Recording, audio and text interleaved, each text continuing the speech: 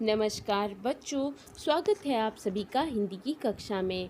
आज का हमारा विषय है नेकी का फल, जो कि कहानी है यशपाल जैन के द्वारा लिखी हुई।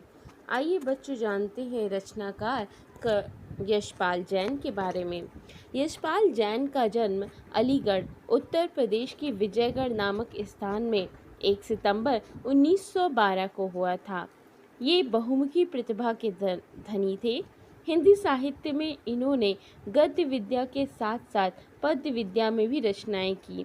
उनकी प्रमुख रचनाएं हैं राजकुमार की प्रतिज्ञा, तोड़ो नहीं जोड़ो, आखिरी तमाशा, नशे का तमाशा, दान का आनंद, हम सब चोर हैं आदि। हिंदी प्रेमियों के लाभार्थ जिस संस्था साहित्य मंडल का गठन किया गया, यशपाल जी उसके आजीवन मंत्री रहे थे। उनका निधन 10 अक्टूबर सन 2003 को हुआ। आइए। नेकी का फल। ट्रन ट्रन फोन की घंटी बजी। कारवास्की ने रिसीवर उठाया तो किसी ने पूछा, मिस्टर कारवास्की हैं?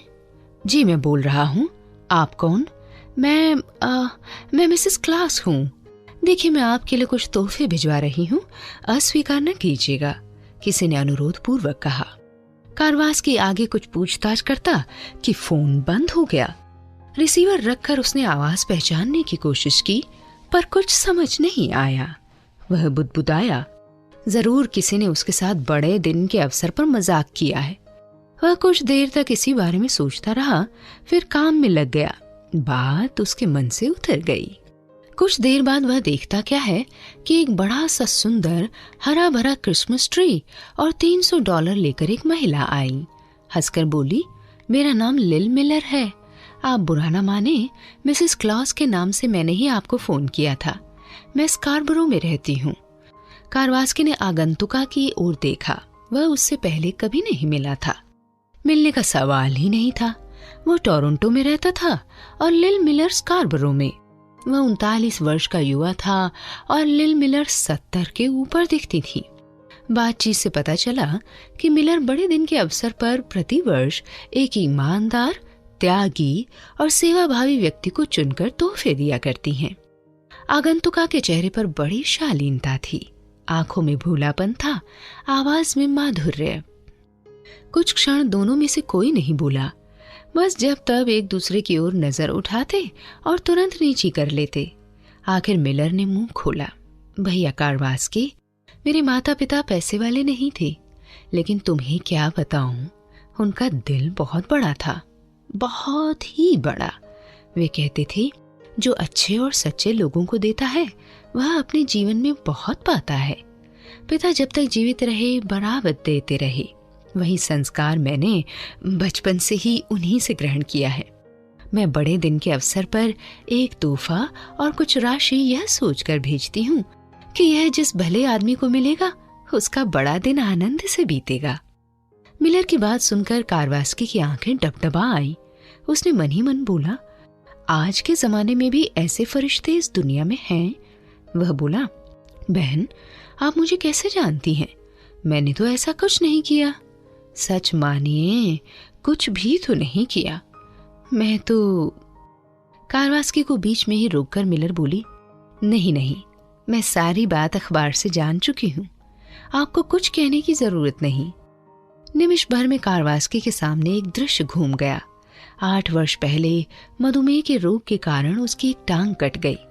एक दिन वह अपनी अपाहिज गाड़ी में बैठकर किसी बैंक की मशीन के पास गया। वहां उसने एक लिफाफा रखा देखा। कौतूहलवश उसने लिफाफा उठा लिया। खोला तो पाया कि उसमें $300 के नोट थे। नोटों को लिफाफे में रखते हुए उसने मन ही मन सोचा, जिसकी इतनी बड़ी रकम खो गई हो वह बेचारा कितना परेशान होगा। शायद सोचता होगा कि लिफाफा जेब में पड़ा होगा या फिर जेब से कहीं गिर गया होगा। जाने कहां कहां भटक रहा होगा। हो सकता है निराश होकर मन महसूस कर रह गया हो। लिफाफे पर किसी का नाम पता नहीं था। बड़ी रकम हाथ में थी और वहां कोई न था। उस समय कारवास्की को रुपयों की सख्त जरूरत भी थी।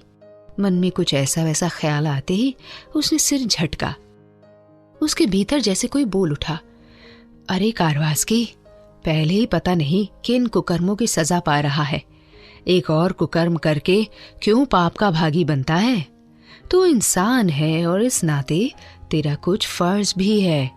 उसने बैंक के अधिकारी को लिफाफा सौंप दिया और कहा कि कृपया पता करके ये रुपए इसके मालिक को भेज दीजिए।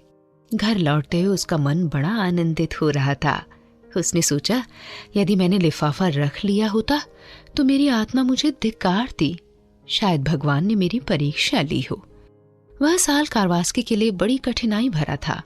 उसके पिता चल बसे थे, उसकी पत्नी भी उसे छोड़कर चली गई थी। उसका बायां पैर तो पहले ही कट गया था। बढ़ते मधुमेह के कारण दाहिने पैर के कटने की भी नौबत आ गई थी। कहावत है कि मुसीबत कभी अकेले नहीं आती। उसका बटुआ कहीं गिर गया। उस समय उसे जो निराशा हुई थी, उसे याद करके वह आज भी सिहर उठा था। पर संयोग देखिए, तभी अनायास उसे $80 मिल गए। यह रकम उसी व्यक्ति ने भेजी थी जिसका $300 का लिफाफा उसने बैंक के अधिकारी को सौंपा था। निराश होकर जब वह व्यक्ति बैंक के अधिकारी से मिला तो उसका खोया हुआ लिफाफा उसे मिल गया। उसने अपनी कृतज्ञता जताते हुए $80 कारवास्की को पुरस्कार स्वरूप भेजे थे और स्थानीय समाचार पत्र में उस घटना का विवरण दे दिया था। शायद उसे पढ़कर ही लिल मिलर ने उसका चुनाव किया। संसार में भले आदमियों की कमी नहीं है, उसने सोचा। वह खोया खोया सा बैठा रहा। फिर आंखों से आंसू टप टप कर गिरने लगे और रह रहकर बदन कांपने लगा। लिल मिलर उसकी यह अवस्था देखकर द्रवित हो उठी। वह कारवास्की के चेहरे पर निगाहें गड़ाए रही। कारवास्की के चेहरे पर निराली मासूमियत थी और चेहरे पर अद्भुत प्रेम झलक रहा था। कुछ देर रुककर और उसे धन्यवाद देकर लिल मिलर चली गई। मानो अभी भी उसका मन नहीं भरा हो। वह दोबारा कारवास्की के पास पहुंची। इस बार उसके लिए एक स्वेटर, एक कमीज, लॉटरी की कुछ टिकटें और $500 लेकर आई थी। भावना से अभिभूत होकर बोली, मेरे प्यारे भाई, यह छोटी सी भेंट है। भगवान तुम्हें बहुत कुछ देंगे। कारवास्की के आश्चर्य का ठिकाना न रहा। वह सोच भी नहीं सकता था कि उसने इंसानियत के नाते जो कुछ किया था उसका इतना बड़ा पुरस्कार मिलेगा। अपने अंदर के ज्वार को जैसे तैसे रोकते हुए बोला, बहन, जब तक इस धरती पर आप जैसी देवियां मौजूद हैं, इसकी धुरी टूट नहीं सकती। नहीं मेरे भाई। लिल मिलर ने रुमाल से आंसू पोंछते हुए कहा, धन्य हैं वे जो स्वार्थ में अंधे नहीं होते और प्रलोभनों के आगे नहीं झुकते। प्रभु। आइए एक नज़र डालते हैं पाठ में आए क्लिष्ट शब्दों के अर्थों पर।